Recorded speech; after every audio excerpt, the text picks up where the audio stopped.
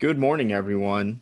Today, 13th of April, early in the morning, early Tuesday morning. Feels like a Monday because you know, got a little punished here. So, uh, academy life kind of hitting a bit hard right now, but I'm joined by my good friend Jackson, and we're here for another edition of the Hardware Podcast, heading into the final week of the regular season.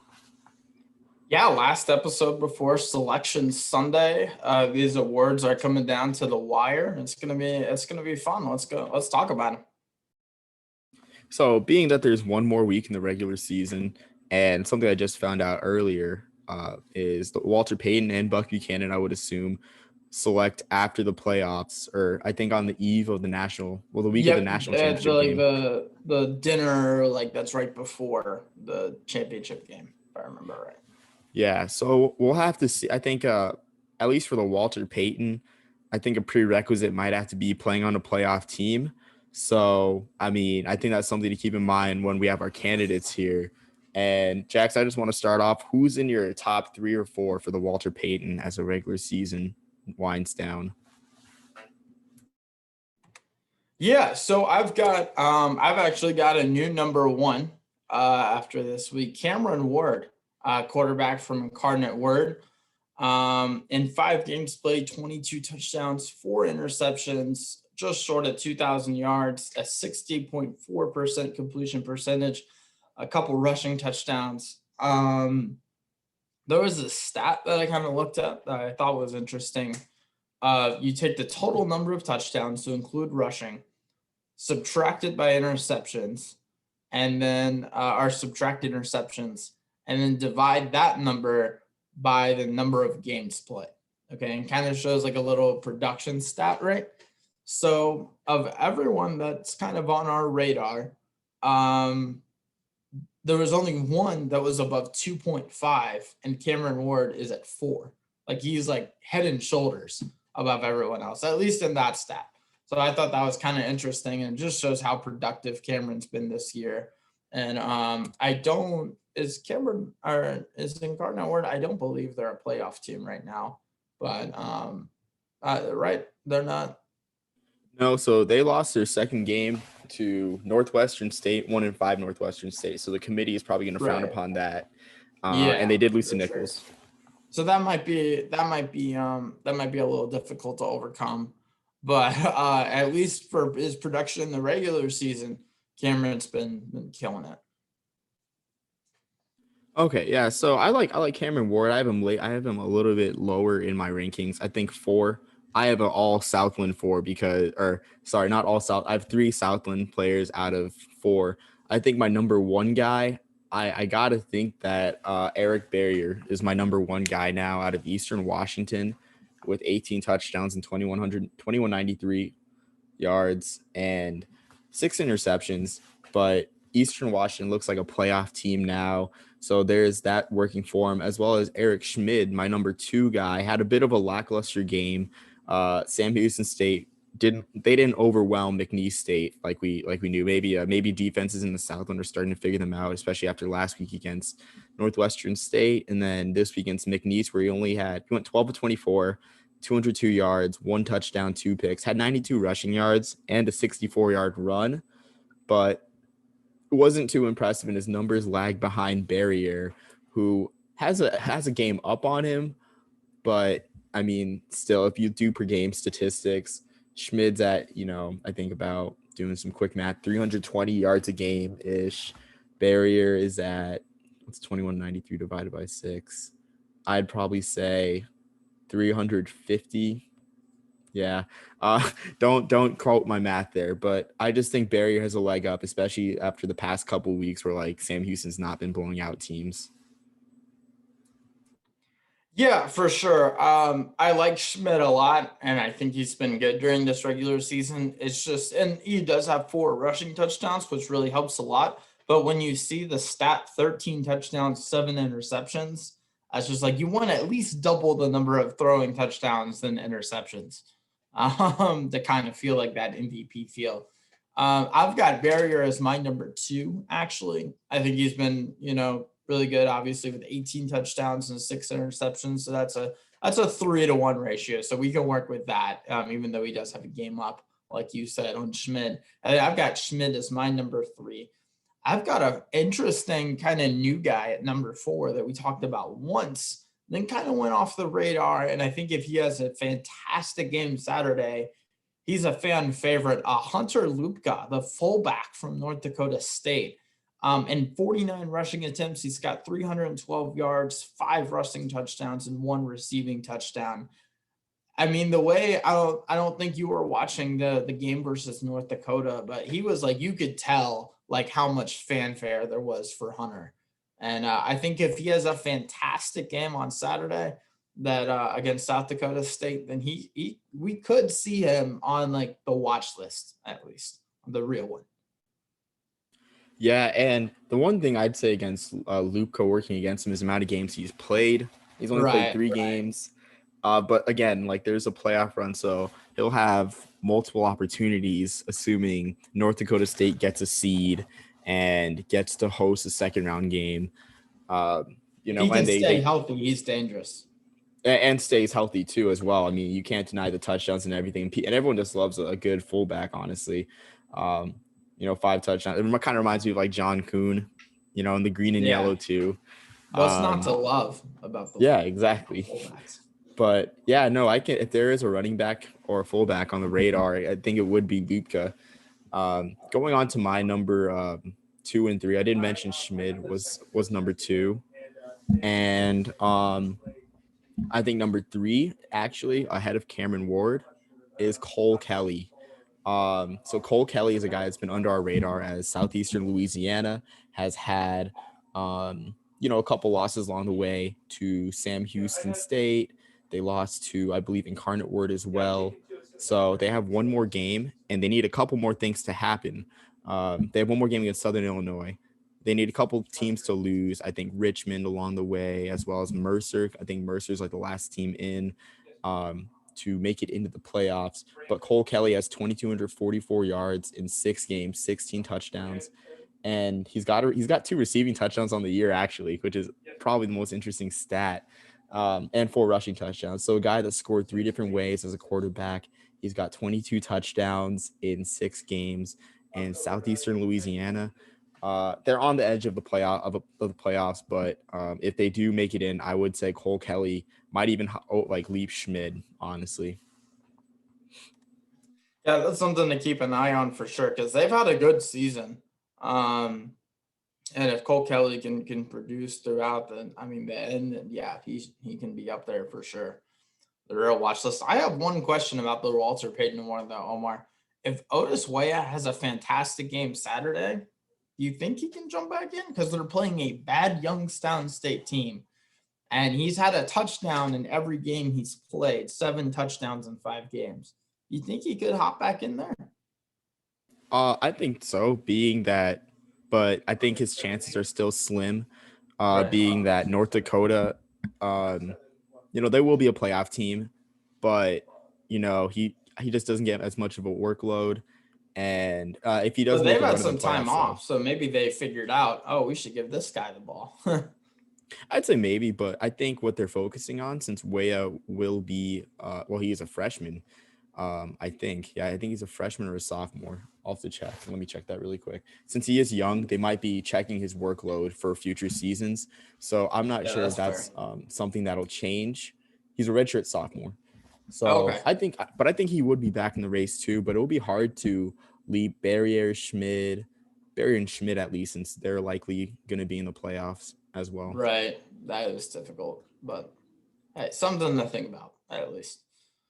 I'll go ahead and go over a couple guys for the Buck Buchanan Award. I've got my first, and we can talk about him, Cody Campbell. I don't think we've mentioned him before, but his fantastic game. How many tackles did you say he had this past weekend? I forgot to write it down. Yeah, so this past weekend against Davidson, the number 1 team and playoff front runner in the Pioneer Football League, he had 25 tackles against that option offense I love to talk about. That's what I thought. I was like, was it really 25? Insane productivity in 6 games played. He's at 89 tackles, which is head and shoulders above everyone else as far as tackles a game at 14. He's also got 7 TFLs, which is not the highest in that, and 1 forced fumble. But I mean, just your main objective should be tackling, right? And TFLs and forced fumbles are an added bonus, and interceptions. But I mean, 14, almost 15 tackles a game is just insane. Yeah, and like my thing was, so my front runner's been Nicario Harper out of Jacksonville State, who has had a 79 tackles I'm put into the games played, but Kobe Campbell wasn't even on my radar until this past weekend when I actually saw. Right. And I think his stats are, if given the amount of games played, in Presbyterian is not a playoff team at the moment. Well, they won't be. They won't be a playoff team, frankly. I think they're 3-3. His stats are the most impressive, and if you look at other contending teams and their best defenders, like North Dakota State, VMI, Connor Riddle and Stone Snyder out of VMI, their stats dwarf in comparison in terms of tackles to Colby Campbell. I mean, Snyder and Riddle have 55 and 52 respectively compared to Campbell's 89 in 6 games played as well. And then Nicario Harper, who is my number 2, a safety, and out of Jacksonville State, he's got 79 tackles in 11 games. Maybe Harper makes more tackles during their playoff run, but I think Campbell at the moment, especially the 25 tackle game, like that's insane. And That's a headliner that you can say. that is a headliner. This is the one that made 25 tackles in a game. Oh, that's winning this. Yeah, for sure. I'm gonna go. You mentioned Connor Riddle. That's actually my number 2 guy. I mean, in 6 games played, 51 tackles, so not nearly as much as Campbell, but 10 TFL and an interception. And he's still at 8.5 tackles a game, so he's still being productive. And then he was my number 1 last week. He's my number 3 this week. Jack McDonald, the linebacker out of Austin P. 9 games played, 70 tackles. So 3 more games and still like 19 less tackles, 8.5 TFLs and an interception. Yeah, I like those guys for sure. I think the knock on your Austin P guy is he's not going to be in the playoffs, honestly. Right. So that's going to be difficult. Though. I don't know. Do you have his stats against Cincinnati or Pitt? Because those were like the 2 FBS schools they played against. I wonder how impressive he was against those guys. I do not, but I can pull them up pretty quickly. Yeah. While you pull those up, I'll just talk a little bit more about Harper as well. So I did have Riddle. I have Riddle and / Snyder as my 3rd guy, but Harper, it's kind of like, I think it comes down to this. It's like, what's the better story? It's do you have the second defensive back with Harper being a safety winning it ever and first since 2003, or do you have a guy from really an upstart program in Presbyterian who's never made the playoffs, just left the Big South to play non-scholarship football in the Pioneer League, and Campbell is just taking advantage of this short season to really just accumulate tackles? It's like what's the better story for these award voters? I think when it comes down to Harper versus Campbell, in my eyes. Right, for sure. I do have those stats right now. Between at Pittsburgh and at Cincinnati, not that great. 6 solo and 1 TFL. Now he has shined in the spring season, but at least versus FBS opponents, he has not done very high. Yeah, and it's not like those games were close too. So I mean, I was just curious. I mean, maybe he was like a bright spot in those games. He has right now, he has 3 games where he has 10 plus tackles. So, and 1 game with like 3.5 TFLs. So, but he hasn't had a TFL in a couple games actually since March 21st. So, for what it's worth. Yeah. So, I mean, yeah, we'll just have to see. And even then, for I think Connor Riddle / Stone Snyder versus Colby Campbell, it's like, again, I think it comes down to stories as well. As much as I guess it should be a player award, I think it'll come down to that. And VMI, of course, has caught a lot of everyone's attention too, especially if they beat Citadel and end up winning the bid for sure. Then I think that maybe Riddle gets, is a front runner compared to Campbell. I think maybe they'll take that playoff bias over Campbell. Yeah, for sure. That's something to think about. I mean, we're gonna see how this shapes throughout the playoffs, because I mean, we could forget about some of these guys by the time that the championship rolls around in May. honestly, because we're a month out. Like a month's a long time to remember someone. Oh, he hasn't played since then, and no one besides Campbell has really been something that is.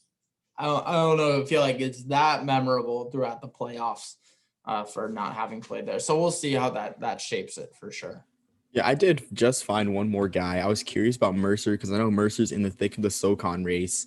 And as we'll talk in bracketology later on, they look to be an at-large even, interestingly enough. But I think they have a couple guys too that might even sneak into the race too if they make a playoff run. They got Lance Wise, a guy that has 78 tackles and 4 TFLs and 7 pass breakups. And this guy, Lance Wise, is a safety, sophomore safety. So, I mean, this might be the year of the D-back. And Isaac Dowling as well. He's got 6.5 sacks and 6 more TFLs. So 12.5 TFLs, 72 tackles for the Bears. And he's a linebacker, an undersized linebacker, 5'10", 210. Shame on me for forgetting about the Mercer Bears too and their groundbreaking season. So really, I think if you look at all of our guys, kind of like a wide variety of selections and stories. Yeah, I mean, it's impressive the depth of this race, it seems like. And yeah, shame on both of us for forgetting about Mercer and their possible playoff season. That's a good lead in to our bracketology part. So we've only got 5 seeds clinched right now. Big Sky, Weber State, Big South, Monmouth, Northeast Conference, Sacred Heart, the Ohio Valley Conference, Jacksonville State, and the Southland Conference, Sam Houston State. Everything else is up for grabs, technically. I mean, you can pencil in NDSU and some of the ones like that, but for right now, everything else is still in the open. But who are you like that maybe people are leaving out? So, I think the at-large bids too are pretty much settled, or a couple at least. Like Eastern Washington, I don't think they have any more games. You also have They're solid. Okay, so yeah, I think they're fully in because they just had that one loss, and it's like one of those. It's totally forgivable loss too. If you remember the missed field goal that the referee called good because he was That's adjusting his right. mask. That's right. Totally forgivable loss, even though that was a 1 touchdown loss. They didn't lose the game on that field goal, but still, you can't underestimate the emotional effect. Delaware and UND, and then I think Yeah. settled in. We'll see about SDSU. They do play on the road versus NDSU, which is always a big game. So we'll see how that goes. But I've got an intriguing question for you. Okay, let's hear it. In the toughest conference, is that good enough? Because that's Bobby Petrino, the head coach. Yeah, I was gonna talk about Missouri State. See, Yeah, let's is talk a little Missouri State. See, this is the debate that in the Bible that God, the gospel mentions will pit brother against brother, and Mercer versus Missouri State. Mercer versus Missouri State. Well, there might not be a need for this discussion if VMI loses to the Citadel because you have the Military Classic of the South, the Army Navy game of the South. I almost said the Confederacy, but I don't want to ruffle any feathers. But the Army Navy, the Military Classic of the South, a very great rivalry. And you have Mercer playing Sanford. So first off, Mercer has to take care of business. So Missouri State will be, rooting. They'll be rooting against Mercer, but let's compare the resumes here because Mercer actually beat a couple of ranked teams. I think they've beaten 3 ranked teams at the time of their ranking. So they beat Chattanooga, who opted out. I think the writing was on the wall that game as Chattanooga benched a bunch of their players. So they beat Chattanooga. They beat, I think Wofford was ranked at the time that they played. Actually, no, Wofford I don't think was ranked. So they beat Wofford as well. Let's see, in conferences, they did lose to VMI by 27. So that could be something that the committee looks at.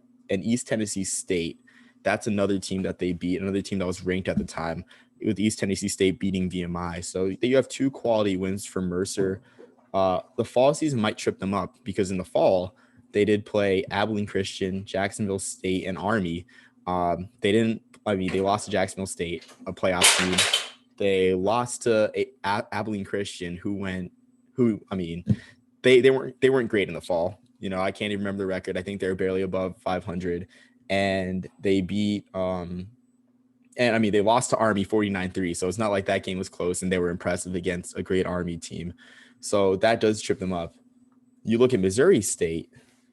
Missouri State's resume, they also went 0-3 in the fall. But so they beat Western Illinois, bad team. They did beat Northern Iowa, great win. They beat Southern Illinois, who beat North Dakota State, great win. But the one thing that people point to is like, will the committee select 3 at-larges from the NVFC?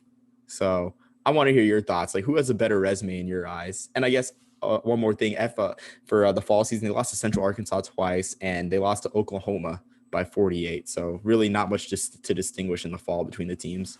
The Oklahoma one is forgivable for sure because everyone except Army gets blown out by Oklahoma.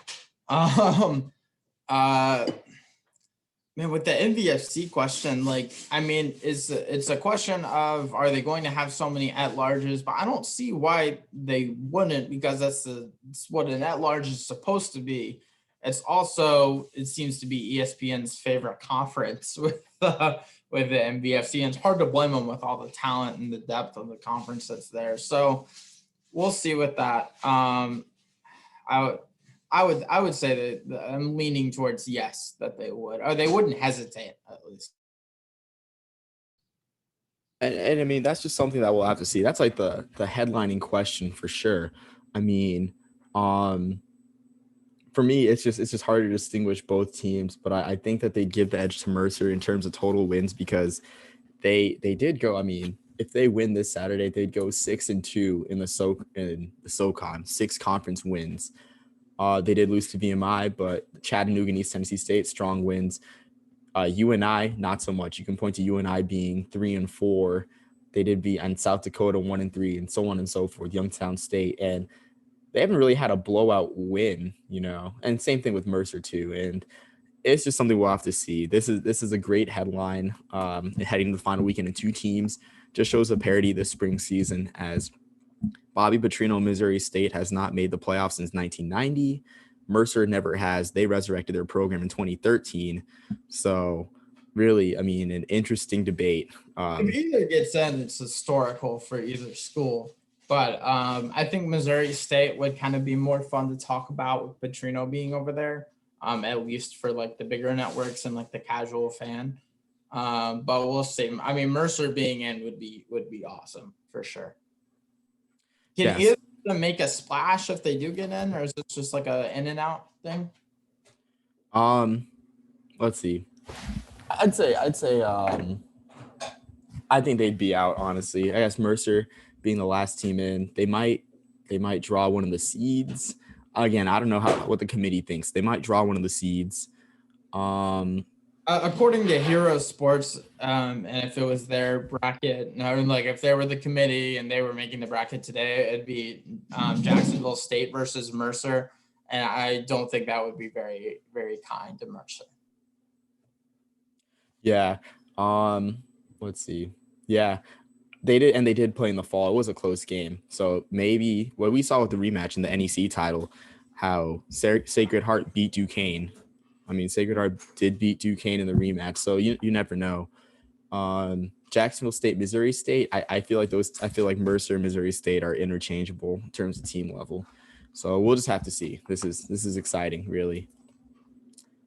A question I have too in terms of bracketology is James Madison Richmond. So the CAA went ahead and rescheduled James Madison Richmond, 2 undefeated teams in the CAA, with James Madison at 2-0 in the conference and Richmond at 3-0. Do you see either team getting left out if they are whoever loses? Do you see the losing team getting left out? If James Madison loses, they're much more likely to make it than if Richmond loses. I'll put it like that way. James Madison, we've talked about that before with like kind of the bias. They've had like a good year, but when you kind of deep dive into the opponents and level of play, it's not always the best. So it'd be easier for me to just say, I hope James Madison wins this thing and we just have like one clear cut, like instead of 2 iffy. With a 4-0 Richmond and a 4-1 James Madison, but we'll see. With the 2 paycheck games, it's going to be difficult. But I don't know. I don't know. We haven't heard from the committee or anything like that. It's not like the FBS where we have every Tuesday night we have a show on ESPN dedicated to revealing these rankings and the process behind them. We're really kind of like we really have no idea. So what they're thinking right now. So we'll see. Yeah, I mean, again, that's something I don't know. I mean, I would like to think that the committee would say no to James Madison, with the 2 paycheck games. But I mean, a win. This is pretty much a win you're in thing. Maybe even like if they lose, because Richmond has 3 wins against 1-win teams. James Madison has a win over Morehead State, a less than decisive win against Robert Morris, who's struggling in the Big South, and then 2 1-win teams. But I don't think James Madison should get a seed, like, honestly. Yeah.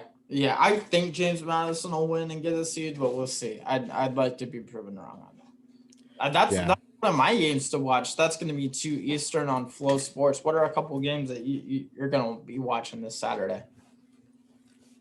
Yeah, so this Saturday, a lot of interesting games. I'm going to focus on like non-playoff games and more traditional rivalries. So first off, my number 1 game to watch, one of the 3 nationally televised games, the Patriot League Championship between Holy Cross and Bucknell. I'm a bit sad the game isn't played at Fitton Field, a place I went as a kid, and I won't get to see the CBS college football and CBS music played as a zoom into Fitton Field, but so be it. But you haven't watched one SEC game on CBS. So I watched Army Navy and CBS Sports Network games enough, to love that theme song. But so I'm leaning, and it's not because of the bias. I'm leaning towards Holy Cross as a favorite in that game, even though they've only played twice. You look at common opponents. Holy Cross beat Fordham at home, 34-24. Bucknell lost to Fordham by 2 touchdowns in a game that I don't think it looked that close towards the end, as Fordham scored 21 unanswered against Bucknell. Bucknell hosted Fordham and lost. Holy Cross hosted Fordham and won. And you just look at the defense for Holy Cross. At least against Lehigh, who had the worst offense probably in college football this spring. But I just think it's going to be hard for Bucknell to put points on the board. And I think even make stops against Holy Cross if they do make the change at quarterback from Connor Deeganhart to their freshman. I think it's Connor Sluka. I got to look up his name. But Holy Cross made a quarterback change that sparked him, and I think that should help against the Bison on CBS Sports Network at 2. Yeah, that's going to be an awesome game to watch. And that's great that it's on like national TV instead of just on some obscure network or ESPN Plus. I'm going to go with my other 2 games. We already kind of talked about Richmond, James Madison. I'm going to go with a must-win game if Cameron Ward has any chance to win this thing. Sam Houston State at Incarnate Word. On paper, doesn't look pretty. Sam Houston State 5-0, Incarnate Word 3-2. Sam Houston State's first in the Southland, Incarnate Word is third. It's noon Eastern on ESPN Plus. It's gonna have to be a game where Incarnate Word wins, and Incarnate Word wins because of Cameron Ward. If he's gonna stay in the race, I have him as my number 1, so that kind of tells you my prediction for that game. And I'm gonna go ahead and go with my last game to watch. Just the classic San Diego State at North Dakota State got postponed. It's been College Game Day before, gotten a lot of attention. 3:30 Eastern time on ESPN Plus. I think that's going to be a fun one to watch. Hopefully the Jackrabbits can pull it off, because I don't want to see the Bison go win it all again. Yeah, those are great games. For sure, especially deciding for the playoff race. Even though I do think Incarnate Word would be out, even if they beat Sam Houston, but they'll be out. But it's on. I almost said Heisman night on Walter Payton Award night. It's like, oh man, this guy beat the front runner Eric Schmid when they were 5-0 right before the playoffs. It'd be a headliner, like we talked about, kind of on the Buck Buchanan side. Yeah, for sure. I think so. I'm going to mention these 2 games in conjunction with one another. So you have 2 of the most well-known HBCU classics. You got the Bayou Classic at 2:30 on NBC Sports Network, probably the last time ever broadcasted by the NBC family of networks as NBC is shutting down NBC Sports Network. Really? Yeah. Oh, that's right. I forgot about that. Yeah, because of Peacock. So that So and are we that gonna game, see it on Peacock from now on, or? I don't think so. Actually, that's what we talked. That's what Jackson and I talked, or Marshall and I talked about last night, which you'll see later on this week. But I think you might, but you might not. Maybe the Bayou Classic looks also. This is a game that used to be broadcasted on NBC, itself from Big 91 boy to NBC. 2014. Okay. The big NBC, and a game played at the Superdome that people consider the Super Bowl of HBCU classics.